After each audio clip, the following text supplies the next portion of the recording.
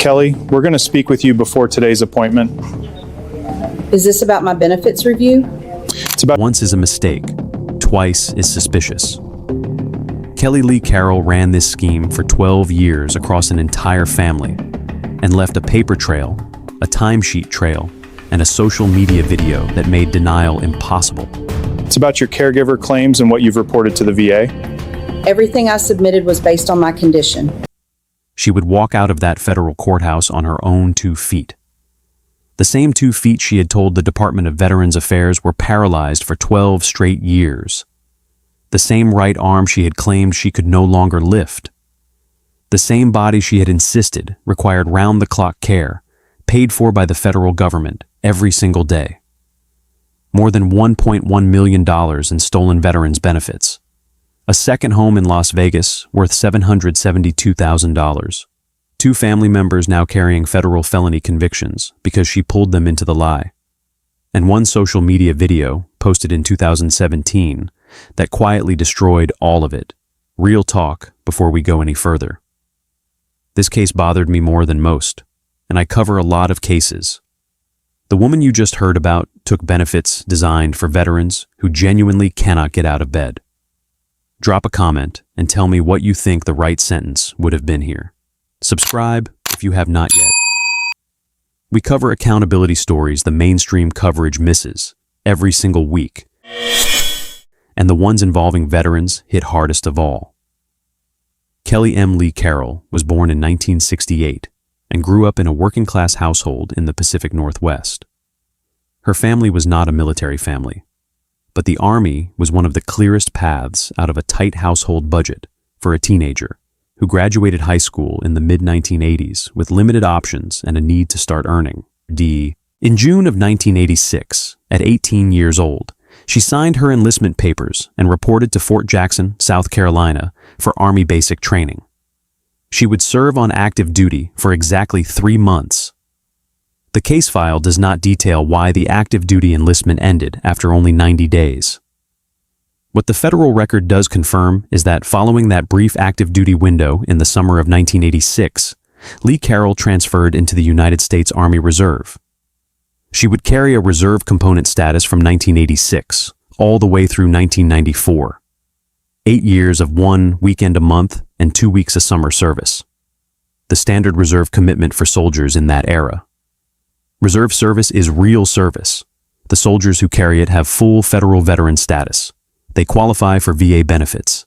They earn the right to be treated as veterans for every program the Department of Veterans Affairs administers. That was the architectural door Lee Carroll would later walk through.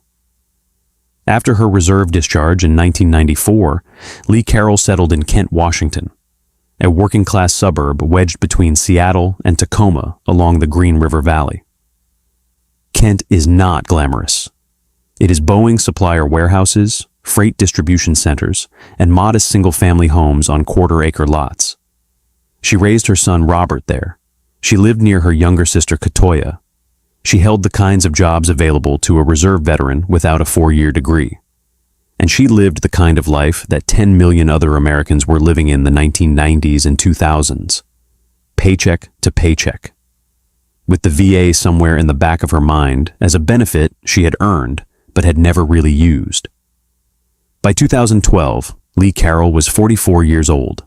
The exact medical circumstances she presented to the VA that year are not fully detailed in the public record, but the application architecture was straightforward enough.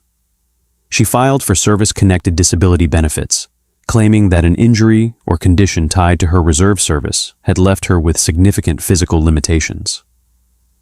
The VA processed the claim. Some portion of her disability rating was legitimate. The federal record acknowledges this directly.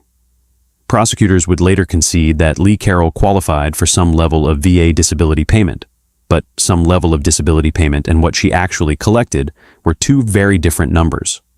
The disability claim she filed in 2012 did not describe a partial impairment. It described a catastrophic one. She told the VA that she was bedridden. She told the VA that her left leg was paralyzed.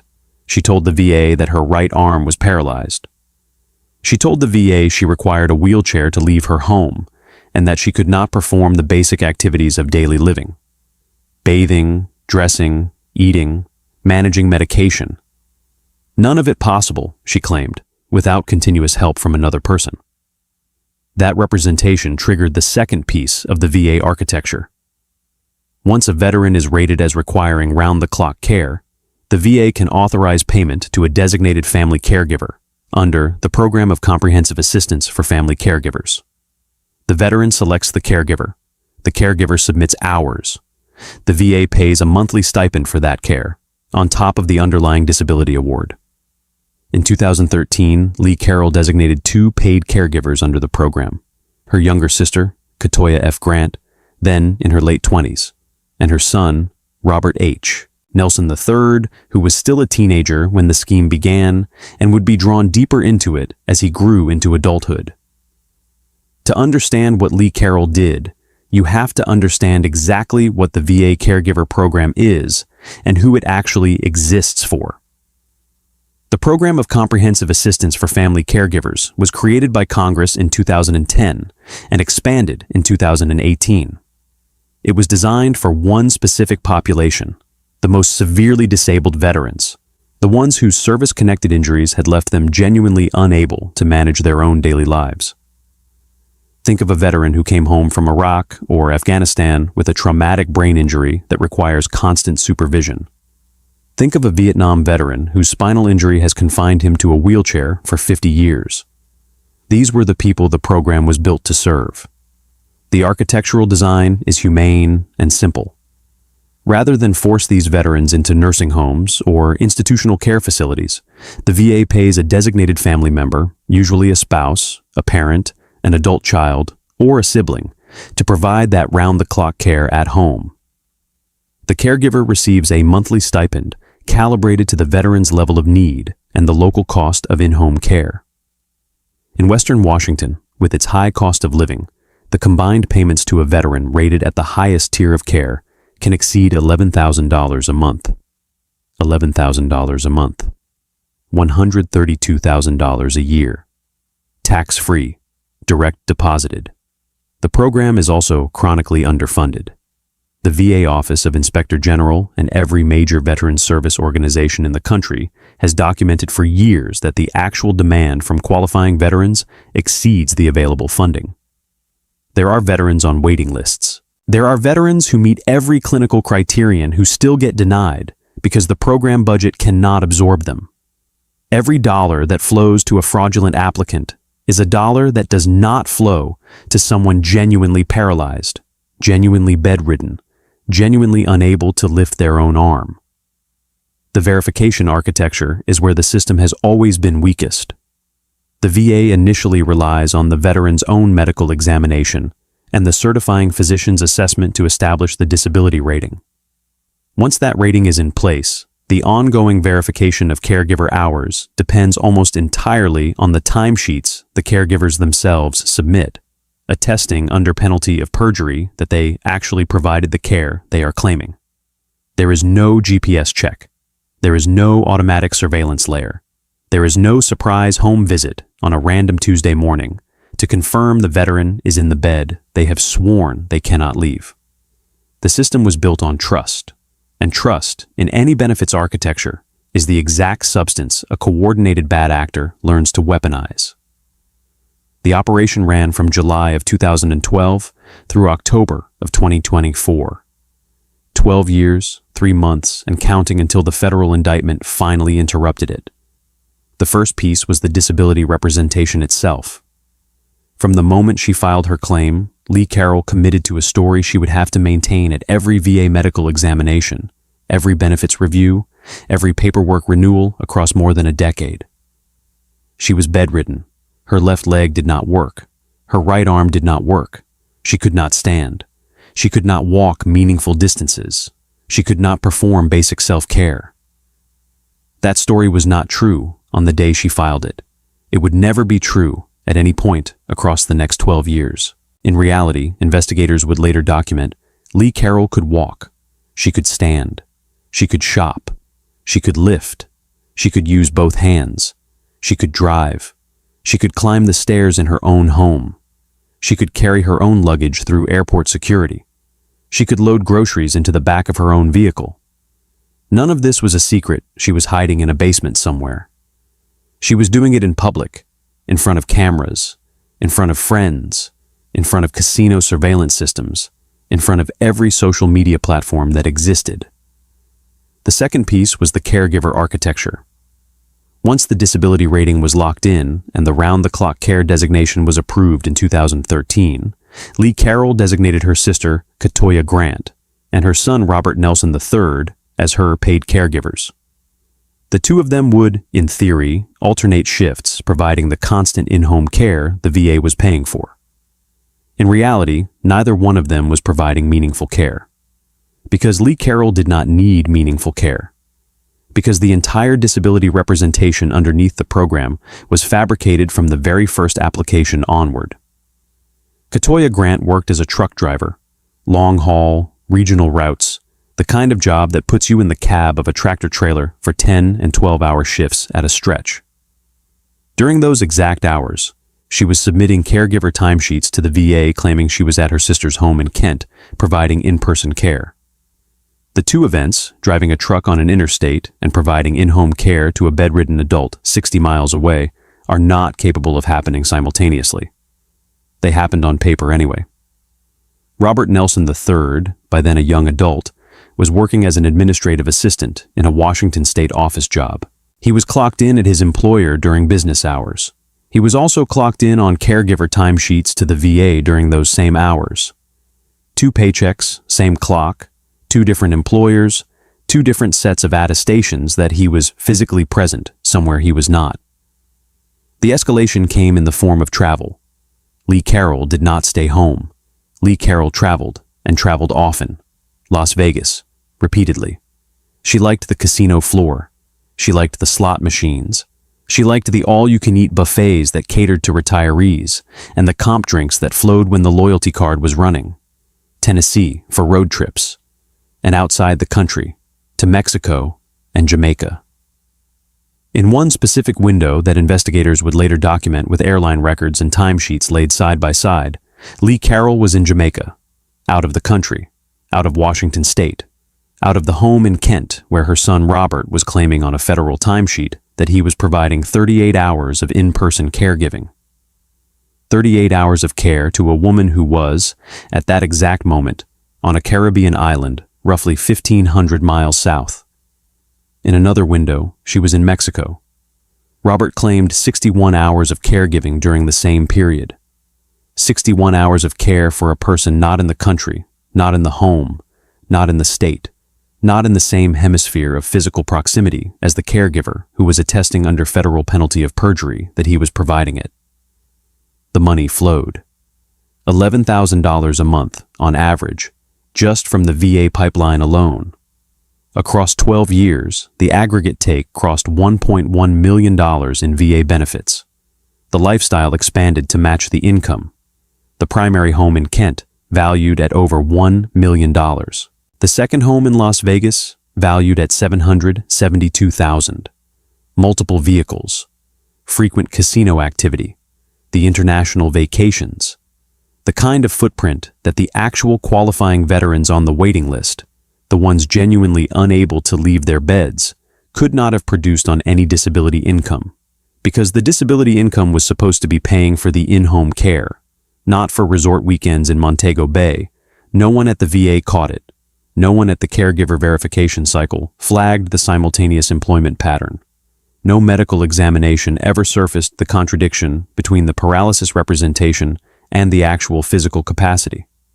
The submissions kept clearing, the deposits kept landing, the vacations kept happening. We are about to get into the investigation that finally caught this. If you have made it this far in the video, you already know this channel covers the cases. The daily news cycle does not stay with long enough. Subscribe if you have not yet. And if you have a family member who served, share this one with them. They deserve to know exactly how this program was being drained. The VA caregiver program does not have real-time surveillance. It does not have GPS verification. It does not have surprise home visits on random Tuesday mornings. What it does have, eventually, is the VA Office of Inspector General. and a Northwest field office that takes cases when the architecture finally produces a pattern anomaly serious enough to investigate. The exact origin of the Lee Carroll investigation is not detailed in the public file. What is documented is that VA OIG Special Agent in Charge Dmitriana Nikolov, working out of the Northwest field office, took the case and developed it methodically across the months that followed. The case was eventually federally prosecuted by First Assistant United States Attorney Charles Neal Floyd of the Western District of Washington. And somewhere in the early phase of that investigation, agents pulled the social media accounts. This was the catalyst, not a whistleblower call, not a tip from a disgruntled family member, not a medical examiner who finally noticed the contradiction during an annual review. The opening that cracked the case was a public-facing social media post from May of 2017, sitting on a publicly accessible account, available to anyone with an internet connection who knew where to look. The video showed Lee Carroll standing. The video showed Lee Carroll walking. The video showed Lee Carroll using her right arm. The arm she had certified to the VA was paralyzed. The arm she had told a federal medical examiner she could not lift. The arm her sister and her son were being paid to compensate for. 7 years before the federal indictment dropped, Lee Carroll had posted, on a public platform, the single most architecturally devastating piece of evidence the federal government would ever need to dismantle her 12-year scheme. She had documented her own physical capacity, in her own voice, on her own timeline, at exactly the period in which she was telling the VA she had none. Investigators pulled more. There was not just one video, surveillance images, additional social media content, casino floor footage, airport records, photographs from Las Vegas and Tennessee, and Mexico and Jamaica. The volume of evidence showing Lee Carroll standing, walking, traveling, and functioning as an able-bodied adult was overwhelming. There was no piece of the paralysis representation that the public-facing record did not directly contradict. And then the investigators did the second sweep. They pulled the timesheets. The timesheet analysis was the financial spine of the prosecution. The disability representation was the architectural fraud, the lie underneath everything. But the caregiver hours fraud was the actual transactional theft, and it produced a paper trail of staggering clarity. For Katoya Grant, agents pulled her employment records as a truck driver and laid them next to the caregiver timesheets she had been submitting to the VA. The truck driver records showed her on the road, logged in, mileage accumulating, hours of service entries time-stamped to the minute, because federal trucking regulations require exactly that level of documentation. The caregiver timesheets, for those same exact hours, attested that she was inside her sister's home in Kent, providing in-person care. For Robert Nelson III, the analysis was the same, but with office payroll records. Hours clocked in at his administrative assistant job. Hours simultaneously claimed as caregiver hours at the VA. Hundreds of hours of overlap. Then thousands of hours of overlap, across years. And then there was the travel piece. Agents pulled passport stamps, airline manifests, hotel reservations, and casino loyalty program activity.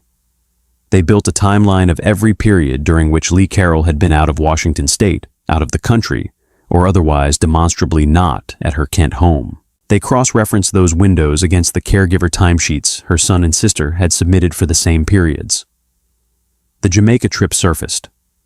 Nelson III had claimed 38 hours of in-person caregiving for a veteran who was, during those exact 38 hours, on a Caribbean island roughly 1,500 miles away from the home in which the care was supposedly being provided. The caregiver was in Washington. The veteran was in Jamaica.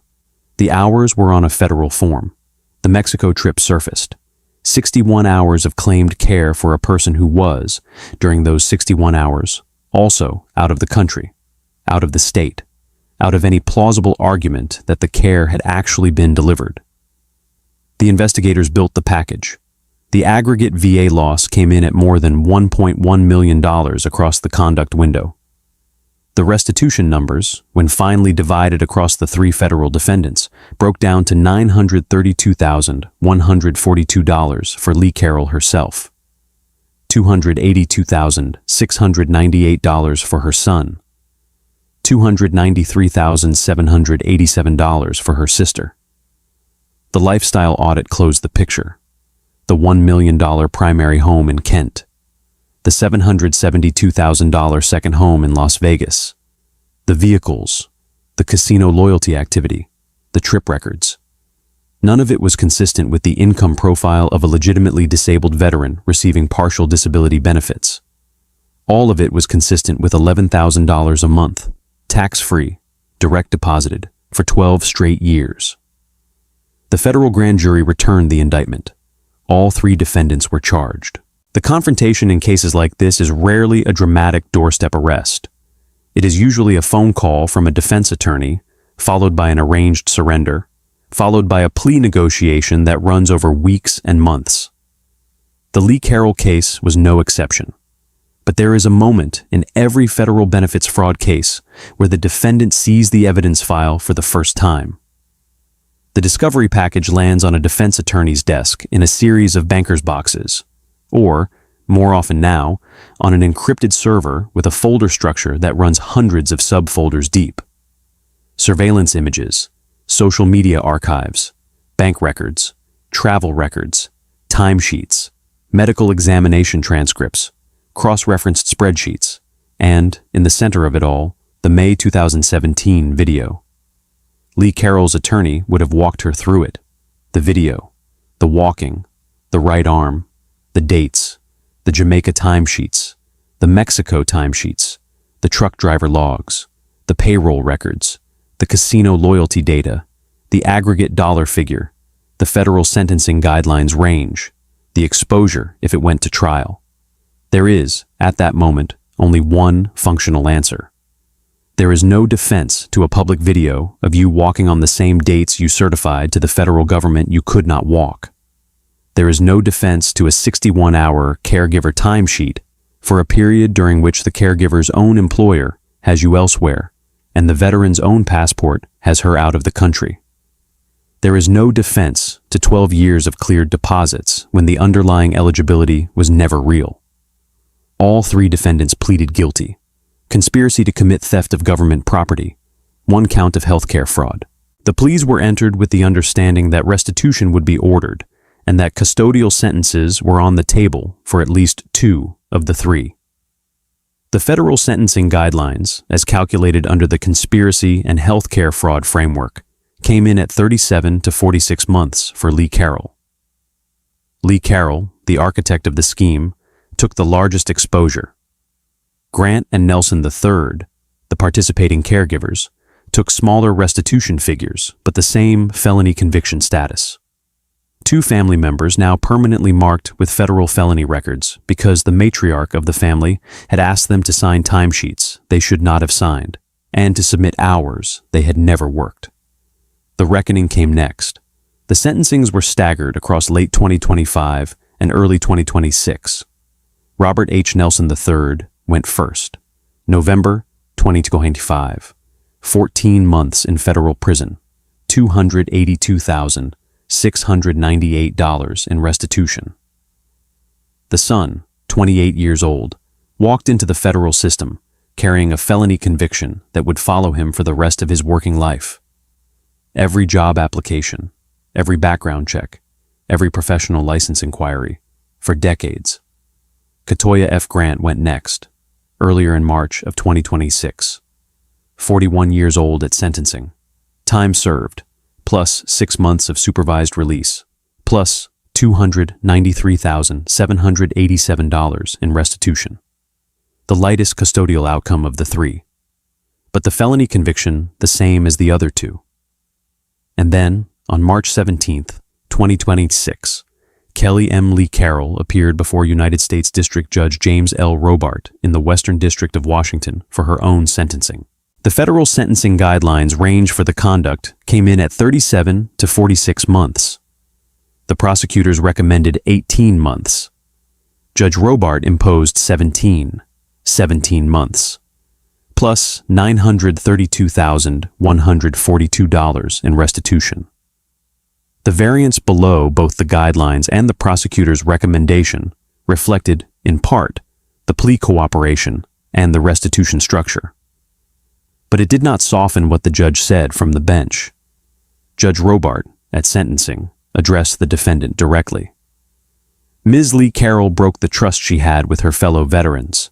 It was intentional, and it went on for an extended period of time. That was the architectural finding. Not a moment of weakness, not a single bad decision. 12 years of intentional, sustained, repeated false representations to the federal department charged with caring for the most severely injured American veterans. 12 years of taking money out of a chronically underfunded program designed for people who could not get out of bed. 12 years. First Assistant United States Attorney Charles Neal Floyd, himself a veteran, delivered the prosecution's closing framing. As a veteran, I find this type of fraud against our programs despicable.